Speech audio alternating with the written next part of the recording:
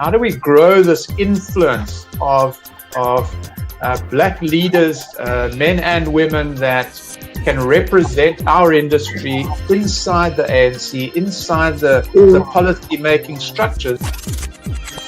Get to grips with the digital environment, put together best practices, what works and what doesn't, very importantly. In the project that we're doing in Chaplat, we've created a linking bridge between those two little areas there. So it becomes a matter of just 10 minutes walk from one side to the other. So my message to our CEOs and those chief investment officers is, where at the end of the day do you want to see your role? So by feeding all of our water back to a stage where we can bring it back into the process, we're in effect saving around about 35% of our water usage on site.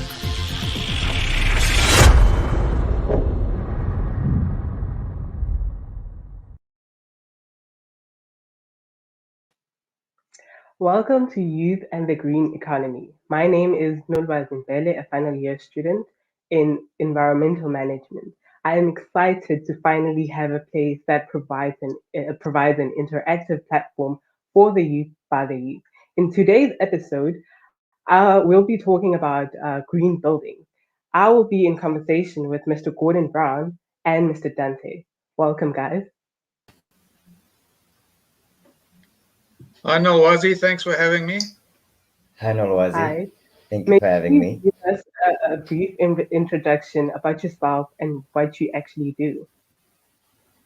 Yeah, sure. Thank you very much indeed. So, as you mentioned, my name is Gordon Brown. I'm the publisher at GreeneconomyTV and formerly at Life to Green. My educational background is I studied law at UND. I went on to practice as an advocate very briefly in the Durban bar. And subsequent to that, I went traveling, got involved in media, and I've been involved in media ever since. When I launched the company Alive to Green in 2007, it was really early days in terms of talking about climate change, talking about large environmental issues, certainly at a business to business level. And we launched a website then, we launched a conference and exhibition, we launched peer-reviewed handbooks on green building and energy and water and waste and so forth. And subsequently, my media business currently still publishes the Green Economy Journal, which is a alternate monthly publication focused on the green economy. And we also publish Positive Impact magazine, which is the official magazine of the Green Building Council of South Africa. And in addition to that, I also represent one or two suppliers of green economy products and services. And so that's my background, and that's what I do to keep busy. Thank you. Thank you. Dante? Hi, my name is Dante. I'm currently a final year student in environmental management at CPUT in Cape Town. And my goal is just to get into the sustainability industry and just strive to, get the world on a sustainable mindset and to make people aware that the environment is suffering and humans are the cause of it. So we just need to spread that awareness and make this world a better place. Thank you. Okay, we're going to go in with the question. So, Gordon, one of the biggest trends, right, is green buildings. In a nutshell, may you please just explain what exactly is green buildings? Because I knew the term in high school, but then got to understand it much more when I got to varsity. May you please just explain it to the people that might not know exactly what green building is? Yeah, I mean, it's a great question, and the answer really should start with, why do we need to have a category of buildings called green buildings? And the answer to that question is that we all live in buildings, we work in buildings, and through our activities in these buildings, the buildings themselves can be seen to be the place where there is a massive amount of impact. So, for example, in excess of 40% of all electricity consumed in the world is consumed in buildings. I think something in the region of 20% of all water is consumed in buildings around the world. And buildings contribute meaningfully to unsustainable waste streams, especially things like building rubble, toxic materials that come from old buildings. And certainly even at the manufacturing side of buildings, the concrete and cement industry also accounts for massive percentage of global emissions. There are many toxic products and chemicals that we put into various items that we put into buildings, such as carpets and coatings and paint and so on and so forth. And so there's become a need for the profession to actually take a step back and say, wait a second, the way that we're designing buildings, the way that we're constructing and operating buildings is simply not sustainable. And from that premise, some of the early thought leaders in this area, mainly among the architectural profession, began this process of designing buildings which ostensibly use less of these things. So use less electricity, use less water, generate less waste, and also create healthy environments for people who work in buildings. So that practice of designing and operating these buildings has become known as green building. And so over the years, this practice has formalized, and there are bodies now around the world, ostensibly the Green Building Council movement, where there are these NGO organizations that have set up in multiple countries. I think the first were the Brits, and the Americans were there at the same time, and the Australians. And we set up our Green Building Council in 2007. And the purpose of the council is to certify buildings, to provide this third-party certification so that people know when someone says this is a green building, that that's now been certified by a third party as being green, and everyone can then accept that the right work has been done and the right effort's been put in, and so on and so forth. So I hope that answers your question. It does. As you mentioned before, that it's a trend that has been going on.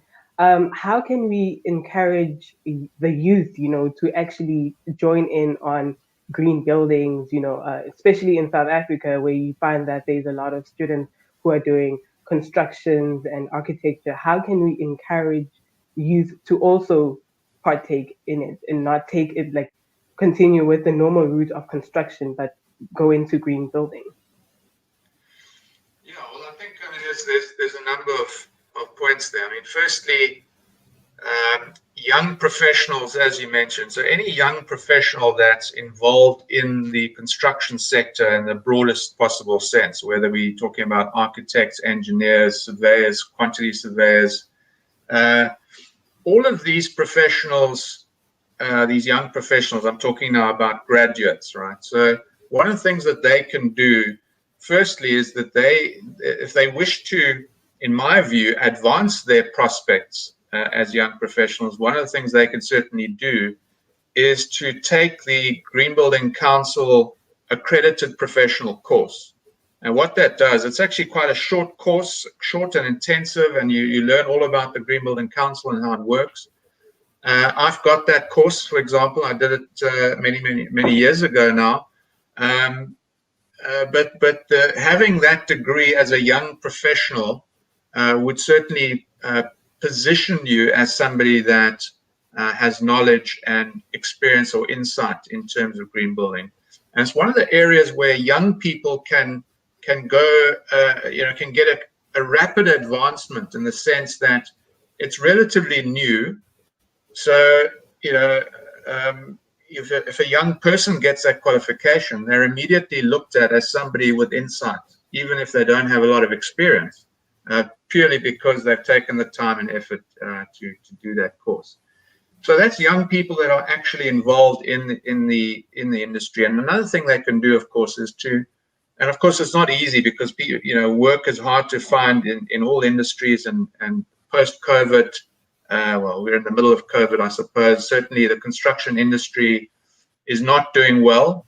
As you know, everyone's working from home, and so there's low occupancy, low levels of investment. So it's not easy for young people to even find work. But certainly, if you're top of your class and you're top of your field and you have choice, you can also choose to work for firms that are leaders in this area. So if you happen to end up, working for one of the architectural firms that are designing a lot of these green buildings, then certainly you're going to get that experience. If you end up working for property companies that are leading the way, it immediately puts you as an individual into that space.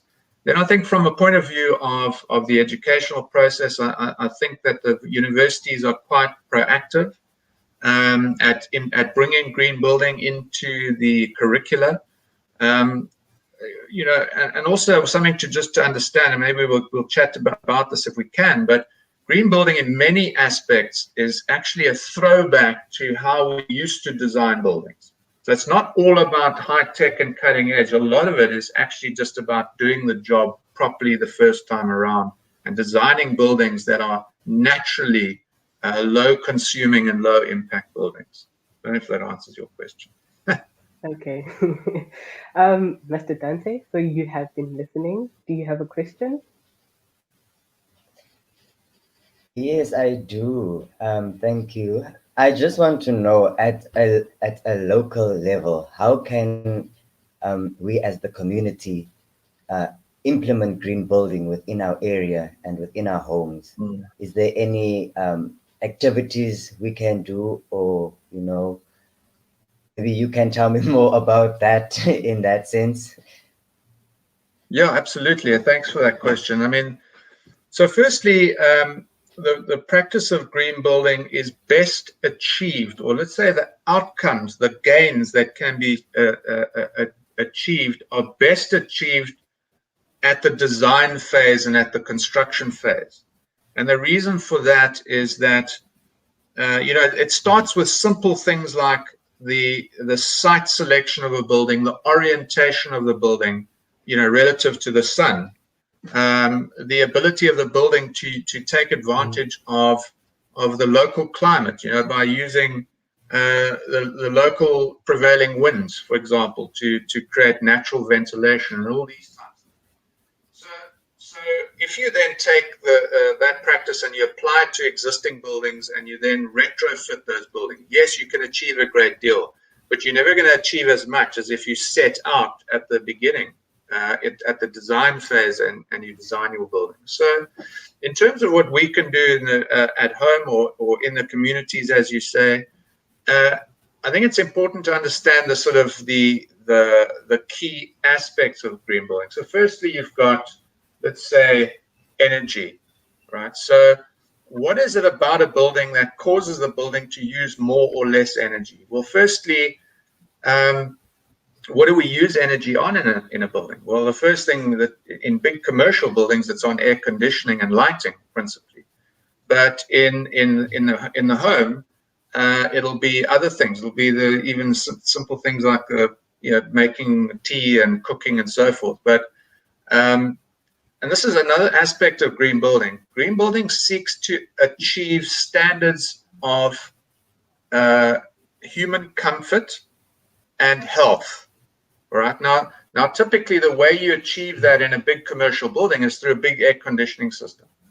But the passive way to do that, the way to do it without the air conditioning, is to design the building so that light is allowed in, that air is allowed to circulate.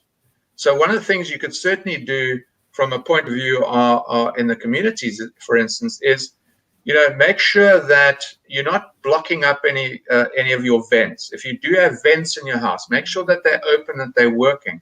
One of the things that also happens is that these vents in an older building, vents can start to attract mold, and there can be buildups of unhealthy pathogens and so forth. So one of the things we can also do is if we do have vents, floor vents and ceiling vents, just make sure that they're clean and that they're functioning.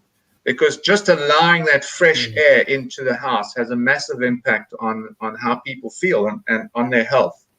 So that's the one aspect. And of course, you don't need electricity. You don't have an aircon in there, so you're not going to save electricity, but you're going to achieve the green building objective anyway, just by making the building more livable. And then, the other thing to do is to use efficient energy as efficiently as possible. A major use of energy in buildings, residential buildings, is heating water.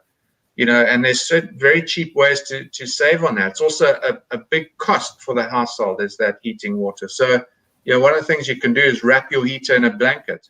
I'm not talking about any old blanket. You get a special blanket. It's not expensive, but you can get them down at the stores, down at the hardware stores and so forth. Make sure your geyser's on a timer. Make sure it's not too hot. So there's a range of things you can do around the home to bring down the electricity, and in the process, you're immediately reducing the impact. Now, it's the same with water. So water is a scarce resource in this country. We know, living in the Cape, we've just been through that big drought. So what you want to do is you want to use less water. And the key things to that is just to stop wasting it. So simple practices like making sure the loo handle's not left halfway down so the loo's dripping. Make sure your taps aren't dripping. Put aerators in your taps. They're super cheap and they reduce the amount of water flowing out of those taps significantly. You can put water saving shower heads in your shower. Once again, shower instead of bath. When you brush your teeth, don't leave the tap running. I mean, these are simple things, but they materially affect the amount of water that's consumed in the house, and that is your green building objective. And of course, it'll save you money as well. And then from a waste point of view, so we've mentioned water and energy. Now, talking about waste, green building is about minimizing the use of resources. So it's all about efficiency. But in the home, it's also about if you are going to operate the home, make sure that you separate your waste. Put all your dry waste to one side, and if you don't have an immediate a recycler nearby, you can, on your next trip to university, drop it off at a recycling depot, locate where those depots are. And just drop it off on the way. You don't even have to separate. You don't have to break it down into paper and plastic and so forth. Just separate all what you think are recyclables. And if you're not sure, you can actually Google a list of what's recyclable. So recycle your own stuff, right? So that the effect of the building you're living in is that there's not a whole bunch of waste coming in there that's going to landfill that could otherwise be redirected to recycling. So, I mean, these are just three things you can do. I mean, another obvious thing would be, around the issue of energy would be, is your house, are there areas, or is heat escaping from your house easily? I mean, are there high windows that are left open? Are there, is there perhaps, areas where heat is escaping? Take the time to close those up. So whether you're burning wood or whether you're using a heater to heat, try and insulate the room. If you're putting the heat on, close the curtains and the doors and the windows. Don't have the heater on and the door open and these sorts of things. So these sorts of tips, these are precisely what's brought into major sophisticated buildings. It's just done at a completely different scale. Do you have a follow-up question, Dante? Let me think. Yes, I do. In in terms of comfort, we know that when you go out for a hike, you feel at peace. What are other advantages to having green building in our area? Is there any health factors that increase, or just basic leisure comfort? Yeah, I mean that's an excellent question. In fact, there's a whole body of work that goes on in relation to green buildings that deals with this very true and widely acknowledged fact that we feel better, we're less stressed, and our health improves when we see nature, right? So there's an actual body of work. It's called biophilia or biophilic design, and what it does is it seeks to firstly ensure that you have plants in your vicinity. So if you have a big office space, you really need to have some plants, or better still, if you can and you have nice views, don't obstruct the windows so people can see to the outside. You know, especially if you have a tree or some wilderness area that people can look onto. And certainly when choosing your premises, this is something you should take into consideration. You know, you can be in the middle of the city but still be adjacent to a whole bunch of trees. You know, so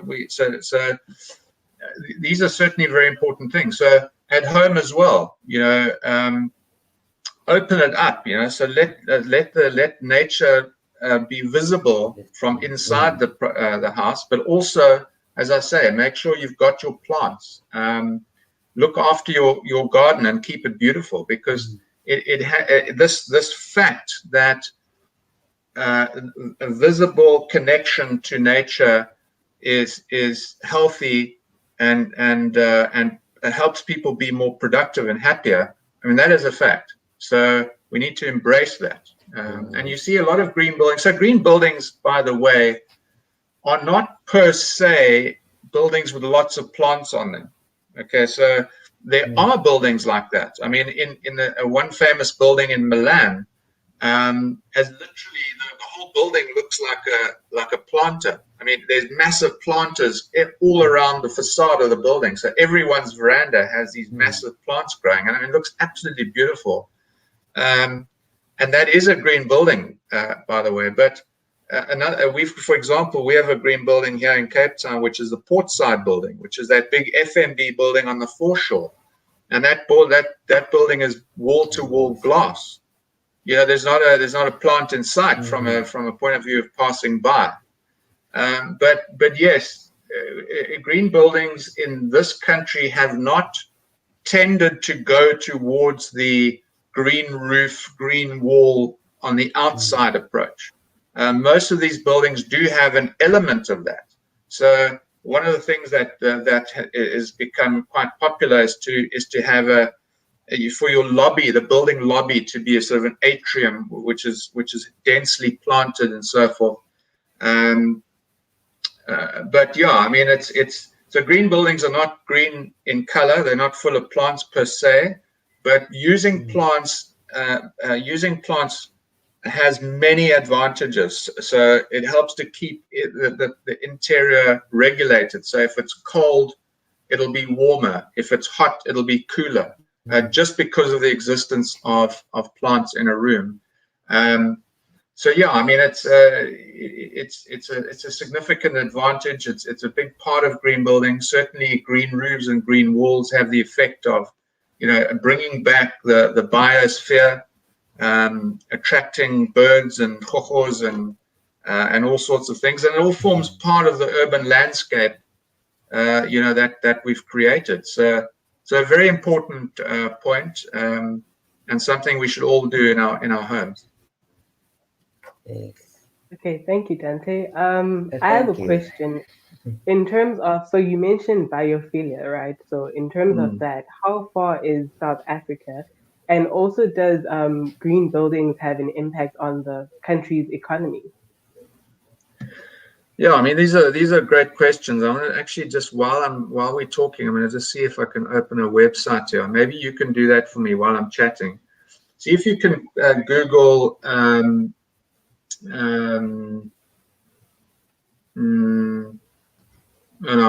name of the building escapes me now, but it's a great example of biophilic design. Rosebank Connect. See if you can just Google Rosebank Connect if you're able to while we're sitting here. But in Rosebank, that's one of the buildings with really cool biophilic design. In their massive foyer, they've got a giraffe, which is designed in, and there's a range of other examples. But so I would say we're actually quite advanced. And to be honest, we're quite advanced in green building generally. So we weren't one of the first countries to have a green building council, but interestingly, our Green Building Council, and this speaks to the question of the economy as well, Nolwazi, our Green Building Council was formed by the South African Property Owners Association. So what does that mean? Well, it means that the people at the top of the value chain formed our Green Building Council and were the first members of that council. So these large property owners, and I don't want to list them because I'll leave someone out, but these large property owners that own the bulk of the buildings in our cities and are building the bulk of the new buildings that are coming out, just about all of these companies were either initial members or subsequent members of the Green Building Council. And now why is that? Well, the answer is that they deemed green buildings to be the future. They believed that buildings that use less electricity, less water, that are healthier to occupy, where staff members can be more productive, that this was going to be good for business, right? Because tenants would re-sign leases in buildings that they're happy in. It's a least cost environment for tenants. The tenants feel great because their staff want to come to work, and as I say, they're productive and happy. Another thing about green buildings is that one of the scorecard points is transport. What that means is that green buildings get points for being allocated along main arteries of transport. So what that means is people can easily take public transport to work. Inevitably, they also promote things like non-motorized transport, so people can ride their bikes to work or walk to work safely, certainly when they approach the building. So these buildings, green buildings, tend to engage the public space more effectively than regular buildings, right? So they're more outward looking, and so all of these things make green buildings appealing for the tenant, right? And the tenant is the customer of the building developer and investor. And so green building has very much been seen to be a positive move for leading companies to set themselves apart, to develop these excellent buildings and attract the best tenants. So yes, we are very advanced, not only in biophilic design, but in all aspects of green building. And our companies that are involved in the green building are leading the way. Okay, thank you very much. Just shortly, what would be your advice before we close, because I think the time is running out, but what would be your advice for people who want to go that green building route? What would you say to them, closing the show? Yeah, no, absolutely. So if you're a young person and you're studying anything relating to the built environment, or if you're even working as an artisan in the built environment, it would be great for you to find a way to obtain insights and skills, better still, some level of certification, so that people can see that you are in fact qualified. So I just want to reiterate that this Green Building Council qualification, which is the Green Building Accredited Professional Qualification. I'm not sure how much it costs or whether they have a youth program, but I'd like to give you their website. It is gbcsa.org.za. So gbcsa.org.za. Reach out to them. They've got excellent programs. They're very responsive, and I'm sure they'd love to have more and more young professionals coming through the ranks and doing that course. It's not a long course. It's not an expensive course. but it is one that sets you up. So specifically within the context of the building and construction sector, if that's your gig, get that qualification. It will take you forward.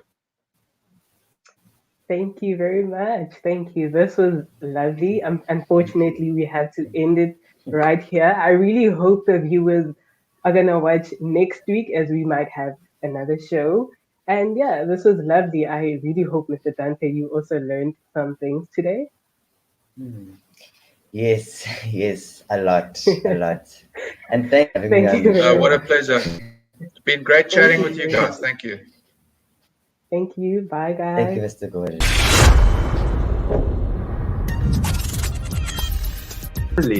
How do we grow this influence of black leaders, men and women, that can represent our industry inside the ANC, inside the policy-making structures? Get to grips with the digital environment, put together best practices, what works and what doesn't, very importantly. In the project that we're doing in Chaplat, we've created a linking bridge between those two little areas there. So it becomes a matter of just 10 minutes walk from one side to the other.